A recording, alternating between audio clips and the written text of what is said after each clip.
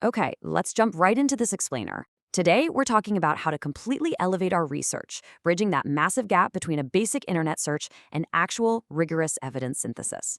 We live in this wild era where all the information in the world is right at our fingertips. But honestly, how much of it is actually true? We've got more access to data than any generation in history. But as you've probably noticed, just typing a question into a search bar doesn't always give us the reliable, academically sound answers we're looking for. So we're going to unpack a highly strategic method for doing critical research. It's all about upgrading your daily workflow, cutting through the noise of the general internet, and finally stepping into the realm of verified academic insights. So, we've got to start with a pretty critical question about the everyday tools we rely on for finding facts. Are your research tools hallucinating? Now, I know that sounds like a weird, almost sci-fi word to use for technology, but in the world of modern search and AI, hallucination is a very real, heavily documented problem. When you're trying to build a solid argument, write a paper, or just get to the bottom of a complex topic, the absolute last thing you want is for your foundational tools to be literally making things up. But unfortunately, if you're using the default tools most of us use, that's exactly what might be happening behind the scenes. In fact, recent evaluations of general-purpose language models showed they confidently invented citations or facts up to 20% of the time on highly specific academic questions. There have even been real-world cases of professionals submitting completely fabricated case law generated by standard chatbots into official court documents. It's crazy. So, let's figure out how to avoid this trap. Section 1. The basic search trap. Avoiding inaccuracies. Here's the core issue. Standard chatbots are fundamentally unreliable for academic rigor because they often hallucinate sources and provide really speculative generalizations. The source material is super clear on this danger. When you use an everyday chatbot to look up a claim, you're basically walking right into a trap. See, these tools are designed to just predict the next logical word in a sentence. That makes them incredibly articulate, and because they're so articulate, they sound extremely confident, even when they are dead wrong. They will seamlessly invent citations, authors, and the conclusions of completely non-existent studies, and then they package all those falsehoods into this perfectly formatted, academic-sounding paragraph. If you're doing research that needs to hold up to intense scrutiny, relying on tools that spit out speculative generalizations is just a recipe for disaster. You're building a house on a foundation of sand. It really comes down to a stark contrast between algorithmic guesswork and the scientific method. On one side, standard chatbots give us hallucinated sources and speculative generalizations. Basically, they give us what sounds right based on text patterns online. But on the flip side, specialized platforms provide actual peer-reviewed literature and empirical data. They give us what is right, or at least what has been rigorously tested and debated by actual experts. It's a completely different tier of finding information. We absolutely have to make a paradigm shift in our research methodology. Let's look at exactly how we do that. Section 2. Evidence synthesis, a strategic method. This brings us to evidence synthesis. This is what moves us away from those basic searches and into true academic rigor. As defined, evidence synthesis isn't just randomly clicking on links until you find a headline that confirms what you already think. And let's be honest, we've all been guilty of doing that. Instead, it is a highly strategic method for conducting critical research. You are specifically identifying peer-reviewed literature to root your findings in verified academic insights. That's the major mindset shift right there. You're no longer looking for a quick answer. You're looking for the consensus of experts who spend their lives studying empirical data.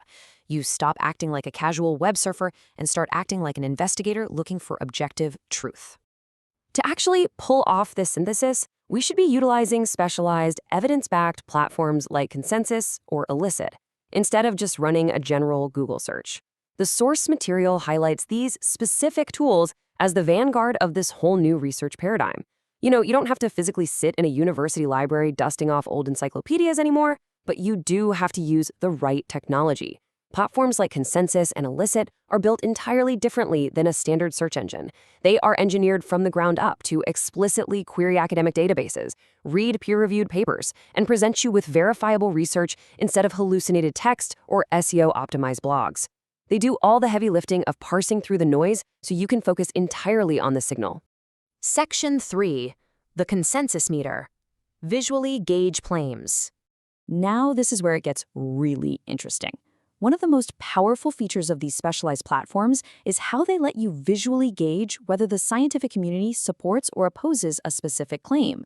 Imagine you've got a highly specific claim to verify, maybe about a new medical treatment, a certain diet, or a nuanced psychological theory.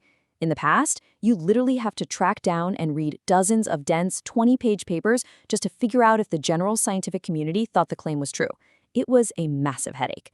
Now, you can visually gauge this instantly using empirical data.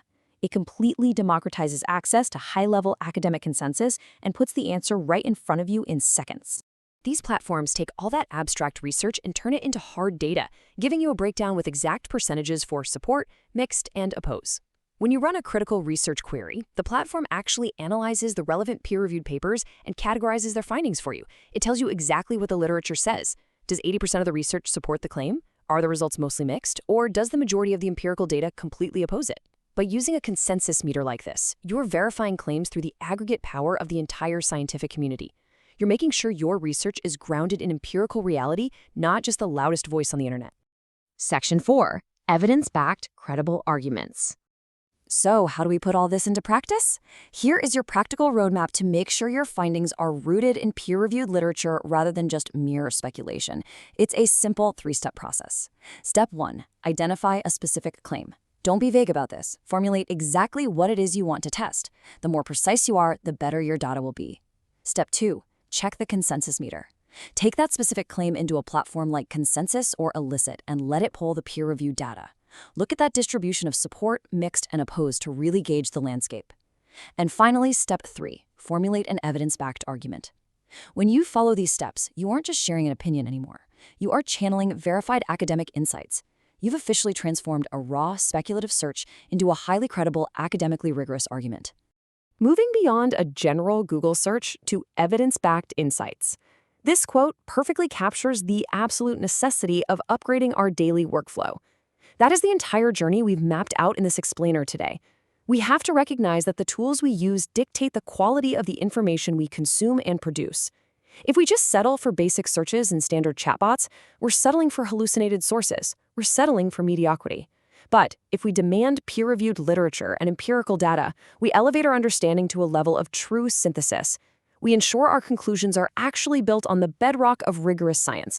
So I'll leave you with this provocative thought to challenge your own methodology the next time you set out to prove a point. Think back to the last time you asserted something as a fact, whether it was in a professional meeting, a paper you wrote, or even just a debate online. How rigorous was it really? Did you just use a standard chatbot? Did you do a basic internet search? Or did you consult the consensus of peer-reviewed empirical data?